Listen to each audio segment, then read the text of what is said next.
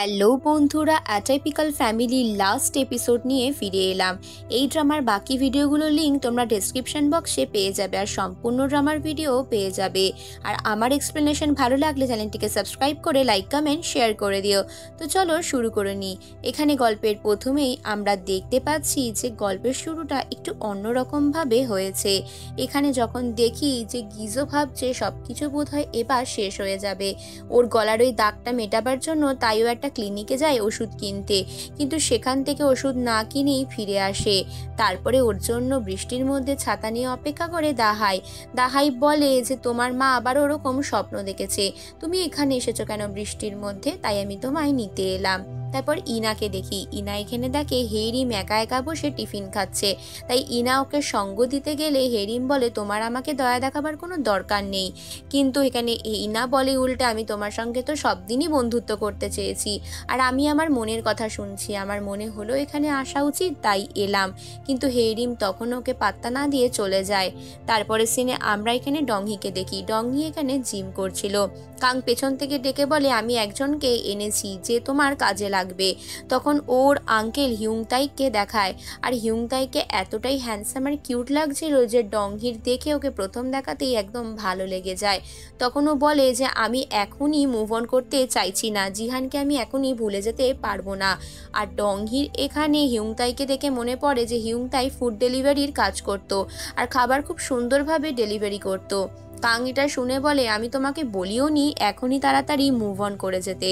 তারপরে রাতের বেলা যখন ও ইভিনিং ওয়াক করছিল তখন দেখি ডক্টর জিহান ওকে পিছু করছে, আর যেটা ও কিছু একটা ফিল করে। ডক্টর জিহান তখন ওর সামনে চলে আসে। জিহান ওকে সবসময় অ্যাকচুয়ালি ফলো করে ওকে ব্ল্যাকমেল করার চেষ্টা করে যে তোমার এই ভিডিওটা আমি দিয়ে দেবো। কিন্তু ডংহি এটাতে কোনো রকম ভয় পায় না। ডংহি বলে আমি যেটা করেছি সেটাই করব।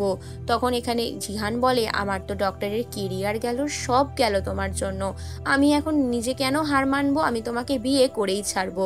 কিন্তু ডংহি বলে তুমি যেটা ভাবছো সেটা ভুল ভাবছো, মাত্র তো 200 বিলিয়ন টাকা দিয়েছো, আরও অনেক কিছু বাকি ছিল, তাও আমি সেগুলো তোমার কাছ থেকে চাইনি। নিজের কথা শেষ করে ডংহি আবারও গান শুনতে চলে যায়। আর জিহান যখন ওর পিছু করার চেষ্টা করে পিছন থেকে হিউংতাই এসে ওকে মারধর করে, আর ওর ফোনটাও ভেঙে দেয় যে ফোনের মধ্যে ভিডিওর প্রুফটা ছিল। জিহানকে এরপর বলে তুমি যদি এর পেছনে এরকম বারবার করে ধাওয়া করতে থাকো আমি তোমাকে মেরে ফাটিয়ে দেবো। আর তারপর জিহনের ফোনটা জলের মধ্যে ছুঁড়ে ফেলে দেয় হিউংতাই, আর ফোনটা খোঁজার জন্য জিহান জলের মধ্যেই ঝাঁপ দেয়। তারপরে সিনে আমরা মিস হিউমকে আবারও দেখি, উনি একটা খারাপ দুঃস্বপ্ন দেখে আবারও জেগে উঠেছে। উনি বলছে যে আমাদের গিজো কিছুতেই শুনছে না এরকম একটা খারাপ কাজ করতে যাওয়ার জন্য। এদিকে গিজো প্ল্যান করতে থাকে যে এত বছর আগের যে আগুন লাগার স্কুলের ঘটনাটা ঘটেছিল তার কি কোনো ম্যাপ পাওয়া যাবে, তাই জন্য ওর পুরনো ফায়ার ফাইটার বন্ধুদের সাথে দেখা করতে আসে। এদিকে দাহাইকে দেখি নিজের শ্বশুর সুনগুর কাছ থেকে রান্না বান্না শিখছে। সুনগুকে বলে যে বাবা আপনার কি প্রিয় খাবার। সুনগুর প্রিয় খাবার সম্বন্ধে কেউই এবারই জানেনি কোনোদিন। এদিকে ডংহিকে কনস্ট্যান্টলি জিহান SMS করে বিরক্ত করে যাচ্ছিল, আর ইনাও কিছু একটা যেন লোকাচ্ছিল। ইনা আসলে চিন্তিত তো ছিল স্কুলের প্রোগ্রাম নিয়ে, যে হেরিম ডান্স না করলেও একা সবটা কিভাবে সামলাবে। এখানে প্রত্যেকেরই মনের ভেতরে কিছু না কিছু দুশ্চিন্তা ছিলই। দাহাইও ওই বিষয়টা নিয়ে চিন্তায় রয়েছে, আর সঙ্গে গিজোর হাতটা ধরে বলে যে তোমার ওই দাগটা এখন নেই তো, আর তোমার কোনো রকম ব্যথা নেই তো, আমি চাই না তুমি আবারও কষ্ট পাও বা দুঃখ পাও। গিজো এখানে ডংহিকে শান্ত করার চেষ্টা করে যে তুমি চিন্তা করো না, যেটা হবার সেটা তো হবেই, কেন কারণে কষ্ট পাচ্ছ। বেচারি মিস হিউম এদিকে ঘুমোতে পারে না, ভাবে যে আমার ছেলের মৃত্যু কেন এভাবে হবে, কিভাবে সবটা আটকাতে পারবো না। তারপর ডংহির সাথে বসে ওরা প্ল্যান করতে থাকে। ডংহি বলে এটাই আমার শেষ চান্স, আমি চেষ্টা করব উড়ে গিয়ে হলেও আগুন থেকে সকলকে বাঁচাবার, আমি আমার চেষ্টা করবই। এরপর দেখতে দেখতে ওরা ইনার অ্যানুয়াল ফাংশনে চলে আসে, যেখানে একদিকে দেখা যায় দাহাইয়ের মারা, হং, কাং, হিউংতাই সকলেই এসেছে, আর ওদিকে ওদের ফ্যামিলি থেকেও প্রত্যেকে এসেছে। আর এদিকে গিজোও এখানে দাহাইয়ের সঙ্গে যাচ্ছিল, কিন্তু ঠিক তখনই ওর একটা ইম্পর্টেন্ট কল আসে, তাই ও ফিরে চলে যায়। দাহাইকে বলে চলে যাওয়ার জন্য, আরও পরে জয়েন করবে বলে। যখন এখানে দাহাই একা হয়ে যায় তখন ওর আবারও দুশ্চিন্তা হয়। এদিকে হঠাৎ করে ইনা দেখতে পায় যে হেইরিম প্রোগ্রামের জন্য আসছে। তার আগে দাহাইরা এসে ওকে ফুলের তোড়া দিয়ে অভিনন্দন জানায়। বারবার করে ইনা বাবার কথাই জিজ্ঞেস করে, বাবা কেন এলো না, বাবার কিছু হবে না তো? দাহাই বলে তুমি চিন্তা করো না। ইনা বলে আমি বলেছিলাম যে বাবার যদি কিছু হয়ে যায় আমি নিজেকে কখনো ক্ষমা করতে পারবো না। এদিকে আমরা দেখতে পাই যে গিজো ওই ম্যাপটা পেয়ে যায় যে স্কুলে আগুন লেগেছিল, 5th ফ্লোর দিয়ে যাওয়ার কোনো রাস্তা আছে কিনা বা ওখান থেকে বেরিয়ে আসারও কোনো রাস্তা আছে কিনা, এইগুলো সব খুঁজতে থাকে। তারপর দাহাই যখন ওকে ফোন করে ও ফোনটা রিসিভ করে না। দেখতে দেখতে এখানে হেরিমদের অ্যানুয়াল ফাংশন শুরু হতেই যায়। যারা ভালো ডান্স করবে তাদেরকে এখানে সুন্দর কম্পিটিশনে ভালো প্রাইজ মানি দেওয়া হবে। এদিকে ডংহির কাছে হঠাৎই জিহানের ফোন আসে। জিহানের ফোনটা কেটে দিলে জিহান বলে তোমার ভাইজিকে দারুণ লাগছে। এটাতে ডংহি ভয় পেয়ে যায়, ভাবে যে জিহান যদি ইনার কোনো ক্ষতি করার চেষ্টা করে। তাই প্রোগ্রাম ছেড়ে উঠে গিয়ে কাউকে কিছু না বলেও জিহানের সাথে দেখা করতে যায়। এদিকে ওর বয়ফ্রেন্ড জুনও বোঝাতে থাকে যে রিনা তুমি ভয় পেও না, সব ঠিক হয়ে যাবে। সমস্ত প্ল্যান পাওয়ার পর গিজো ছুটতে ছুটতে নিজের মেয়ের নাচ দেখতে আসে। এদিকে জিহান আজকে ব্যাগপত্র নিয়ে পুরো প্রিপেয়ার হয়ে এসেছে ও ডংহিকে প্রপোজ করবে বলে। এখানে হঠাৎই ইনাকে জুনো বোঝাতে থাকে যে ভয় পাওয়ার কোনো দরকার নেই। তারপর একটা রুমের ভেতর যখন ডংহি যায় তখন ওখানে দেখে যে জিহানোর জন্য সারপ্রাইজ গিফট রেখেছে। এদিকে ইনা দেখতে পায় যে হেইরিমও এসেছে নাচের কম্পিটিশনে। সেটা দেখে প্রায় সকলেই খুশি হয়, সকলে মিলেই এক্সাইটেড হয়ে প্রোগ্রাম শুরু করার কথা ভাবে। ডংহিকে এরপর দেখানো হয় ও পরের রুমে গেলেই দেখা যায় যে গ্রিন রুমের একটা রুমে এখানে জিহান প্রপোজালের বন্দোবস্ত করেছে, যেটা দেখে ডংহির বিরক্তই লাগে। এদিকে ইনা স্টেজের মধ্যে উঠে অনেক চোখ দেখে ভয় পেয়ে ঘাবড়ে যায়। সকলে ওকে চিয়ার করতে থাকে। ওর বয়ফ্রেন্ড জুনো বলে চশমাটা খুলে দাও, কাউকে সেভাবে দেখার দরকার নেই, তুমি আমার চোখ দেখতে পাচ্ছ তো, তুমি পারবে, তুমি নিজে ফাটিয়ে ডান্স করো। তারপর ওদের প্রোগ্রাম শুরু হতেই যায়। ইনা প্রথমে একটু একটু ভয় পেলে তারপর ওদের ডান্সে ভালো মতনই মন বসে যায়। আর ওর এত সুন্দর ডান্স দেখে এখানে দর্শক থেকে শুরু করে ফ্যামিলির প্রত্যেকেই হাততালি বাজাতে থাকে। ওর এই অবস্থা দেখে গিজো অনেকটাই ইমোশনাল হয়ে যায় যে আমার সেই ছোট্ট মেয়েটা আজ কত বড় হয়ে গেছে আমার চোখের সামনে। প্রোগ্রাম শেষে ওরা সকলে গ্রিন রুমে এসে ছবি তুলতে থাকে, কিন্তু হেইরিম ওখান থেকে চলে যায়। তাই জন্য ইনা আবারও হেইরিমকে সঙ্গ দেওয়ার জন্য সিঁড়িতে এসে বলে চলো আমরা সেলফি তুলি, কিন্তু হেইরিম খুব একটা রাজি হয় না। ইনা তখন বলে আমি তো প্রথম থেকেই তোমাকে গিফট দিয়ে এটা ওটা করে আমার বন্ধু বানাতে চেয়েছিলাম, তুমিই তো হতে চাওনি। হেরিম তখন বলে তোমাকে একটা কথা জিজ্ঞেস করি, তুমি বারবার করে এভাবে আসছো কেন, আর তুমি কি সত্যিই জানতে যে আমি তোমায় ঘৃণা করি? তখন ইনা বলে যে হ্যাঁ আমি জানতাম, তোমাকে আমি যতই গিফট দিই তোমার চোখ দেখে আমি সব বুঝে যেতাম। হেরিমও মজা করে বলে হ্যাঁ আমারও একটা পাওয়ার আছে, আমিও সকলকে অ্যাট্রাক্ট করতে পারি। এটা বলে দুজনে হাসতে থাকে। এদিকে দাহাইয়ের সাথে গিজো ফুসফুস করে কথা বলে যে তোমার এখানে কোনো প্রবলেম হচ্ছে না তো? ঠিক তখনই গিজোর একটা কথা মনে পড়ে যায়। এদিকে জিহান ডংহির পা ধরে ক্ষমা চেয়ে বলে তুমি প্লিজ আমাকে বিয়ে করে নাও, নইলে আমি আগুনে গায়ে লাগিয়ে এখানে মরে যাব। তার পরের প্রোগ্রামটা শুরু হতে এখানে মিস হিউমের নিজের স্বপ্নের থেকে কয়েকটা দৃশ্য মনে পড়ে যায়। ওনার মনে পড়ে যায় যে এই প্রোগ্রামটা হওয়াকালীনই এই জায়গায় আগুন লেগে যাবে। তাই জন্য মিস হিউম চিৎকার করে ওনার হাজব্যান্ড সনগুকে বলে এই প্রোগ্রাম থামিয়ে সকলকে এখান থেকে বেরিয়ে যেতে বলো, কারণ আমি এখানে আজকে পাস্টের ঘটনা নয় ফিউচার দেখেছি, আজকে এই জায়গায় আগুন লাগবে। এদিকে জিহান বারবার করে ডংহিকে ব্ল্যাকমেল করতে থাকলে ডংহি বলে তোমার যা খুশি তুমি তাই করতে পারো, কিন্তু জিহানের মরার মতন সাহস ছিল না, সেটা ভালো মতনই ডংহি জানতো। জিহান কোনোভাবেই বুঝতে চায় না। ডংহি অনেক বুঝিয়ে বলে আমি জানি তুমি খারাপ লোক, তুমি খারাপ মানে খুবই খারাপ, তবে আমি তোমার সাথে সম্পর্ক আর রাখতে চাই না, নিজেকে শুধরে নিজের জীবন বদলাও। তারপরে গিজোকে দেখি, গিজো বুঝতে পারে যে ওর বিপদটা এখানেই ঘটবে। হঠাৎই ওর গলায় ব্যথা হতে শুরু করে। দাহাই বলে তোমার গলার দাগটা ফিরে এসেছে, তার মানে আমাদের হাতে আর বেশি সময় নেই। এরপর ওরা দুজন দুজনকে দেখে জড়িয়ে ধরে কাঁদতে শুরু করে দেয়, কারণ ওরা দুজনেই বুঝতে পারে যে ওরা জীবনের শেষ মুহূর্তগুলোতে বেঁচে রয়েছে। এটা শোনার পর দাহাই বলে আমি যেভাবেই হোক তোমাকে আঁকড়ে থাকতে চাই, কিন্তু গিজো বলে আমাদের দুজনের যে সুন্দর স্মৃতিগুলো আছে সেগুলোই বা কম কিসের, সেগুলোর মধ্যেই তুমি আমাকে ঠিক খুঁজে পাবে। বলে ওরা দুজনে কিস করতে থাকে। তারপর গিজো চলে যায়। দাহাই জানতো যে এটাই হয়তো ওদের শেষ দেখা। কারণ অতীতে বারবার যখন ওর সাথে ওর দেখা হয়েছে টাইম ট্রাভেলের মাধ্যমে, তখনই ও বুঝতে পেরেছে যে ফিরে আসবে, একটা আশা ছিল, কিন্তু আজ কিছু নেই। শুনগো এরপর ছুটতে ছুটতে এসে বলে এই হলের ভেতরেই আগুন লাগবে, সকলের পালানো উচিত। আর হয়ও তাই।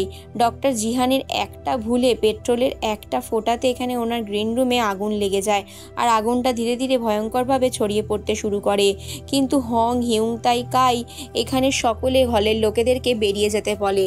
ডক্টর জিহানও আগুন নেভাবার অনেক চেষ্টা করে, উনি ইচ্ছা করে এমনটা করে না, কিন্তু ঘটনা তো ঘটেই যায়। এরপর ওই হলের ভেতরে সকল লোক বেরিয়ে যেতে দেখলে গিজো ভয় পেয়ে যায় দাহাই কোথায় গেল, এইবার আমাকে হার মানলে চলবে না, দাহাইকে বাঁচাতেই হবে। এদিকে কাং হং ইউংতাই প্রত্যেকেই হলের লোকেদেরকে বের করে দেয়। অবশেষে মিস ইউমও বেরোতে বাধ্য হয়, কারণ ওনারও অনেকটাই বয়স ছিল, কিন্তু নিজের ছেলে ফিরে আসবে কি না কেউ জানে না। হঠাৎই আগুনের কাছে একটা পর্দা ছিল, সেই পর্দাটাকে নামিয়ে দিলে আগুন কম লাগার সম্ভাবনা থাকে। এখানে হঠাৎ করে হাওয়ার মধ্যে উড়ে গিয়ে ডংহি এই কাজটা করে, যেটা ওখানে উপস্থিত সকলে হাঁ করে দেখতে থাকে। তারপরে সিনে এখানে হেরিম আর ইনাকে দেখি ওরা দুজনে একটা ঘরের মধ্যে আটকে গেছে, কান্নাকাটি করছে হেরিম। ইনা বলছে চিন্তা করো না, আমি কিছু একটা পথ খুঁজে বের করব। তারপরে আবারও দাহাই ছুটে ছুটে এখানে খুঁজতে আসি ইনাকে, কিন্তু হেরিমকে খুঁজে পায় আগে গিজো। গিজো বলে তুমি ইনার বন্ধু, ইনার আমি বাবা হচ্ছি, তুমি এই পথ দিয়ে ধীরে সুস্থে সাবধানের রাস্তায় চলে যাও। তারপর এখানে ইনার খোঁজ চলতে থাকে, কিন্তু ইনা ধোয়ার কারণে প্রচণ্ডভাবে অসুস্থ হয়ে পড়ে, ও মাটিতে বসে পড়ে। আর ঠিক সেই সময় সেই মুহূর্তে পেছন থেকে ওকে কেউ ডাকতে থাকে, সেটা দাহাই। দাহাই এসে ওকে বাঁচায়। দাহাই এখানে ফিল করে যে এই ঘড়িটাও ঠিক ওদের স্কুলের ঘড়ির মতন দেখতে। তখন এখানে ভালো মতন গিজো বুঝে যায় যে ঘটনাটা এখানে ঘটেছিল, অ্যাকচুয়ালি ফিউচারে ঘটেছিল। তারপর ওই বড় তাকটা ওর মাথার উপর পড়তে গেলে গিজো বলে তোমরা দুজন বেরিয়ে যাও, আমি ঠিক চলে যাব। দাহাই জানতো যে গিজোর পক্ষে সেটা সম্ভব হবে না, তাও গিজো নিজের প্রাণের ঝুঁকি নিয়ে ওই জ্বলন্ত আগুনের মধ্যেই পড়ে যাওয়ার সিদ্ধান্ত নেয়। আর এদিকে ইনাকে নিয়ে বাধ্য হয়ে দাহাইকে চলে যেতে হয়। বিভৎসই আগুনের মাঝে নিজেকে কি করে বাঁচাবে, চোখ আবারও গিজো বন্ধ করে নেয়। তখনও আবারও অতীতে ফিরে আসে যেদিন ইনার জন্ম হয়েছিল। তখনও ইনার জন্মানোর দিনের শেষ মুহূর্তটাও একবার নিজের চোখ দিয়ে অনুধাবন করে। ও বুঝতে পারে যে ওর ওয়াইফও ওকে দেখতে পেত।